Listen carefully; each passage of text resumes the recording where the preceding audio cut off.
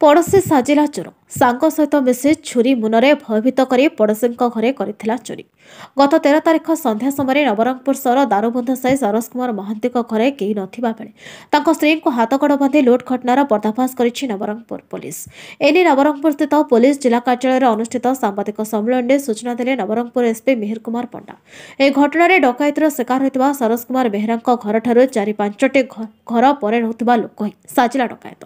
ଏସ୍ପିଙ୍କ ସୂଚନା ଅନୁସାରେ ଘଟଣାରେ 14 ଲକ୍ଷ ଟଙ୍କା 30 ଗ୍ରାମ ସୁନା ଚୋରି ହୋଇଥିବା ବେଳେ 2 ଅଭିଯୁକ୍ତ ଗିରଫ ହୋଇଛନ୍ତି। ସେମାନଙ୍କଠାରୁ 11,23,000 ଟଙ୍କା ଡକାୟତଙ୍କଠାରୁ ଉଦ୍ଧାର ହୋଇଥିବା ସହ ଗୋଟିଏ ସୁନା ଚେନ୍ ଓ ଗୋଟିଏ ସୁନା ମୁଦି ନୂଆରେ କିଣା ହୋଇଥିବା 3ଟି ଦାମୀ ମୋବାଇଲ, ଗୋଟିଏ ପୁରୁଣା ମୋବାଇଲ, ଗୋଟିଏ ହଣ୍ଡା ସିଟି 110 ମୋଟରସାଇକେଲ, ଗୋଟିଏ ଛୁରୀ ଜବତ କରିଛି ପୋଲିସ। ଗିରଫ ଦୁଇ ଚୋର ହେଉଛନ୍ତି ଢେଙ୍କାନାଳ ଜିଲ୍ଲା କାମାକ୍ଷାନଗର ଥାନା ଅନ୍ତର୍ଗତ ବୈସିଙ୍ଗା ଗ୍ରାମର ଚିନ୍ମୟ କୁମାର ସହ ଅନ୍ୟ ଅଭିଯୁକ୍ତ ଜଣ ଶ୍ରୀମୋହନ କୁମାର ଘଡ଼େଇ, ଯାହାଙ୍କ ଘର ଡକାୟତିର ଶିକାର ହୋଇଥିବା ସରୋଜ କୁମାର ସାହୁଙ୍କ ଘରଠାରୁ 4ଟି ଘର ପରେ ରହୁଥିବା ବେଳେ ସେ ପୂର୍ବରୁ ରୀତିମତ ତାଙ୍କ ଘରକୁ ଯିବା ଆସିବା ରହିଥିଲା। ଦୁଇ ଅଭିଯୁକ୍ତ ଚିନ୍ମୟ ଶ୍ରୀମୋହନ ପ୍ରାୟ 1 ମାସ ପୂର୍ବରୁ ଏନେଇ ପ୍ଲାନିଂ କରିଥିଲେ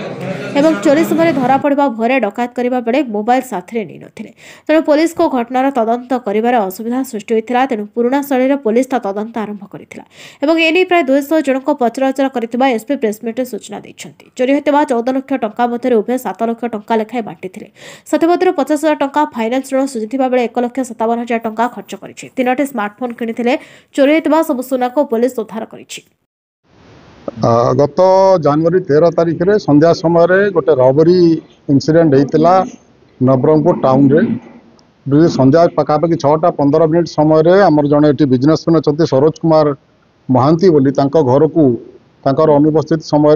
2 जन अननोन क्रिमिनाल घर को पशिकी स्त्री को छुरी देखई घर 14 लक्ष टंका एवं किसी सुना अलंकार लुट कर घटनाटी टाउन मझे एवं संध्या समय हो 14 लक्ष टंकार ऊर्ध्व से स्टोलन प्रॉपर्टी थी आम बहुत गुरुतर सह नहीं इमिडिएटली आम गोटे स्पेशल इन्वेस्टिगेशन टीम आम गठन करूँ जो आमर एडिशनल एसपी आदित्य सेन से लीड नौते से एसडीपीओ नवरंगपुर एवं आईआईसी नवरंगपुर एवं आमर स्पेशल स्क्वाड एम समस्ते सहयोग करते केस रे जेहेतु जो एक्यूज मैंने फाइनाली धरा है जेहेतु प्रीवियस क्रिमिनल रिकॉर्ड्स किसी ना तेणुक आमको टे डिफिकल्टी होता है बहुत चैलेंजिंग होता केसटा तथापि बहुत लोक पचरा पचरी कर सोर्सेस एंगेज कर बहुत परिश्रम कर जो टीम लगी केस रे लगातार से दिन टारू आज पर्यंत से माने कंटिन्यूअसली लगी फाइनाली आम केसटा को आम क्रैक करने को सफल हेलु। ए 2 जन लोक आम गिरफ करूँ जड़े हूँ चिन्मय कुमार साहू घर हूँ ढेंकानाल कामाक्षानगर ढेंकानाल से रोचे नवरंगपुर रे जड़े श्रीमोहन कुमार घड़ई से केवटसाही नवरंगपुर तार घर एवं जे जो विक्टिम घर 4टा घर छाड़ी घर अच्छी से साही रे तार घर अच्छी एवं ये जो चिन्मय साहू भी जो कम करता से गोटे ऑफिस थिला से साही रे तेणुक से घर को आगु रेकी करते देखी मसे आगु ये क्राइमटा करने से मसे है प्लान करते घर विषय जेहेतु घड़ई श्रीमोहन घड़ई घर को अनेक थर जाइए आगु पड़ोशी हिसाब से तेणुक नॉलेज भी था घर बाबद में क्राइम कलापर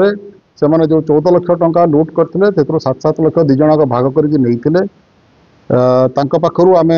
11,23,000 टंका आम बर्तमान सुधा रिकवरी करूँ। 3टा मोबाइल फोन से किनी से 3टा मोबाइल फोन आम रिकवर करूँ। सुना जो अलंकार देते चेन आ मुदी ताकू आम रिकवर करूँ जो मोबाइल फोन से यूज करते पूर्वर क्राइम पूर्वर ताकू भी रिकवर करूँ एवं छुरी जोटा यूज करते लुगापटा एमती सब अनेक जिनस आम रिकवर करूँ आज आम अरेस्ट करके आम कोर्ट को फरवर्ड करूँ। नहीं बर्तमान सुधा अन्य कहार इनवॉल्वमेंट आसी ना केस रे तथापि आम इन्वेस्टिगेशन कंटिन्यू करूँ आम जदि अन्य किसी आसो तथ्य ताले आम आपन सहित शेयर करूँ।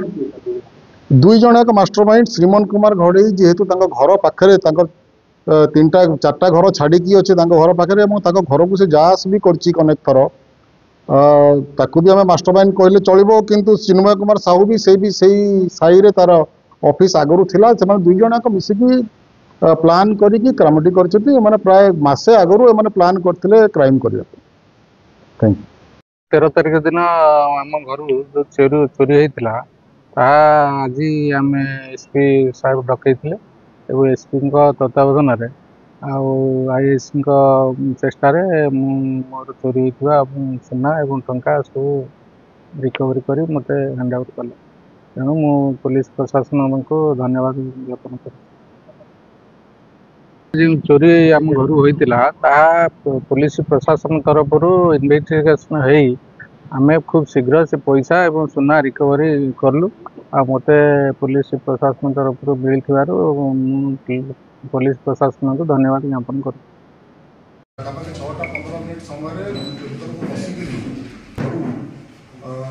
प्राय 14 लाख टंका एवं किसी गोल्ड ज्वेलरी घर से लुट कर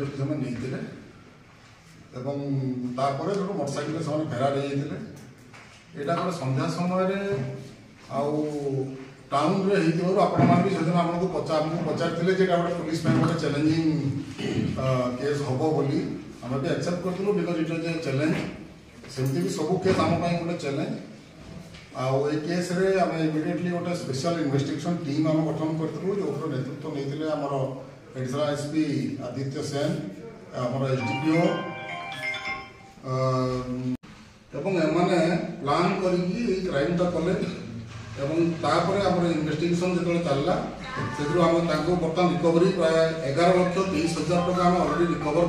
कर गोटे गोल्ड चेन रिकवर होती गोटे सुना मुदी भी आम रिकवर होती 3टा mobile. Nabarangpur Devi Prasad Patnaik report न्यायवती TV.